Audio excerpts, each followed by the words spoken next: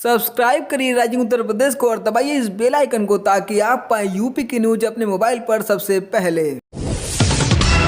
उत्तर प्रदेश विधानमंडल का बजट सत्र आज से राज्यपाल आनंदीबेन पटेल के अभिभाषण से शुरू होगा। इस बार योगी सरकार पेपरलेस बजट पेश करेगी। इससे पहले विधानसभा अध्यक्ष हृदय नारायण दीक्षित ने सर्वदलीय बैठक की और सभी से सहयोग मांगा।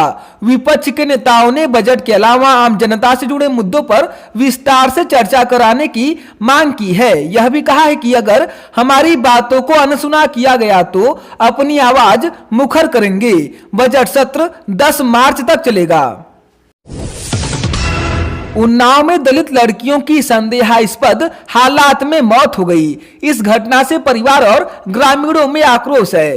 परिवार ने इन लड़कियों के साथ बर्बरता और अनहोनी की आशंका जाहिर की है। पुलिस ने कहा कि 100 पोस्टमार्टम के लिए भेजे गए हैं। पहली नजर में यह पॉइजनिंग का मामला लग रहा है। उन्नाव के एसपी आनंद कुलकर्णी ने बताया कि बबुराहा गांव के खेत में 3 लड़कियां बेहोशी की हालत में मिली। मौके पर काफी झाग देखा गया। डॉक्टरी जांच में भी पॉइजनिंग का एंगल सामने आया है। कुलकर्णी ने कहा कि बॉडी पोस्टमार्टम के लिए भेज दी गई है और हर एंगल से इस मामले की जांच की जाएगी। उन्नाव की घटना को डीजीपी ने गंभीरता से लिया है। उन्होंने अधिकारियों को मौके पर पहुंचने और घटना की विस्तृत रिपोर्ट देने के निर्देश दिए हैं। डीजीपी के निर्देश के बाद लखनऊ जोन के एडीजी एसएन साबत मौके के लिए रवाना हो गए। आईजी लखनऊ लक्ष्मी सिंह भी मौके के लिए रवाना हो गए। मामला दलित लड़कियों के होने की वजह से इसकी संवेदनशीलता बढ़ गई है।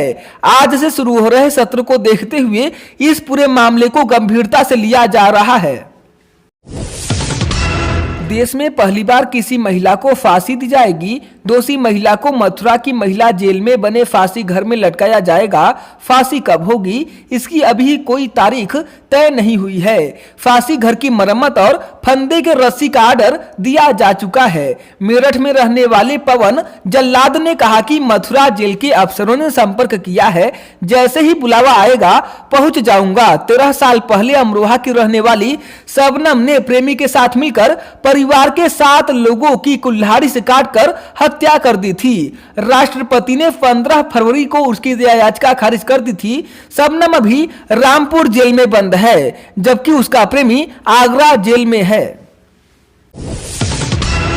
राजधानी लखनऊ में गोमती रिवर फ्रंट घोटाले की जांच कर रही सीबीआई ने 3 साल बाद 6 आरोपियों के खिलाफ चार्जशीट दाखिल कर दी। इसमें सिंचाई विभाग के 2 इंजीनियर समेत 6 को आरोपी बनाया गया है। तत्कालीन एग्जीक्यूटिव इंजीनियर रूप सिंह यादव और जूनियर असिस्टेंट राजकुमार यादव को पूरे घोटाले का कर्ता धर्ता सीबीआई ने पाया है। चार्जशीट में केके स्पेन कंपनी और उसके 2 डायरेक्टर्स हिमांशु गुप्ता और कविश गुप्ता के नाम भी चार्जशीट में है। रिवर फ्रंट के सलाहकार रहे बद्री श्रेष्ठ को भी सीबीआई ने अभियुक्त बनाया है। यह सपा सरकार का ड्रीम प्रोजेक्ट था। प्रतापगढ़ जिले में दोपहर बाइक सवार 2 युवकों ने सीओ सिटी अभय पांडे पर हमला कर दिया। उनकी वर्दी फाड़ने का प्रयास किया। इस दौरान सीओ के गनर ने हमलावरों को दबोचने की कोशिश की तो उसे रोड पर पटक दिया और मारपीट की। सूचना पर पहुंची फोर्स ने दोनों हमलावरों को गिरफ्तार कर लिया। सीओ और उसके गनर का जिला अस्पताल में इलाज करवाया जा रहा है। प्रदेश को नए पीसीएस अफसरों की सौगात मिल गई है। उत्तर प्रदेश लोक सेवा आयोग ने पीसीएस 2019 का अंतिम रिजल्ट घोषित कर दिया है। परीक्षा कुल 25 प्रकार के 453 पदों की कराई गई थी, जिसमें से 434 अभ्यर्थी अंतिम रूप से सफल हुए हैं। वहीं योग्य अभ्यर्थी न मिलने से 19 पद खाली रह गए हैं। परिणाम यूपीपीएससी की वेबसाइट पर अपलोड कर दिया गया है। प्रदेश के 3049 अशासकीय सहायता प्राप्त एडेड जूनियर हाई स्कूल के लिए शिक्षक भर्ती का विज्ञापन आज जारी होगा। प्रधानाध्यापक के 390 व सहायक अध्यापक के 1504 सहित कुल 1894 पदों पर चयन लिखित परीक्षा के आधार पर होगा। दोनों की परीक्षाएं अलग अलग होंगी। 2.5 घंटे की परीक्षा में 150 सवाल पूछे जाएंगे। गोरखपुर में कोरियन तकनीक से चिलुआताल में बनाए गए खाद कारखाने के रबर डैम का 4 मार्च को लोकार्पण किया जाएगा। लोकार्पण कार्यक्रम में मुख्यमंत्री योगी आदित्यनाथ के साथ उर्वरक और रसायन मंत्री डीवी सदानंद गौड़ा मौजूद रहेंगे। मुख्यमंत्री ने कारखाने के अफसरों के साथ बैठक कर कार्यक्रम की तैयारियों की जानकारी ली और जरूरी निर्देश दिए। साथ ही कारखाने के निर्माण की प्रगति के बारे में भी पूछा। अफसरों ने उन्हें बताया कि निर्माण कार्य लगभग पूरा हो गया है, ट्रायल की प्रक्रिया चल रही है। निर्धारित अवधि जुलाई 2021 में कारखाना खाद्य उत्पादन के लिए तैयार हो जाएगा।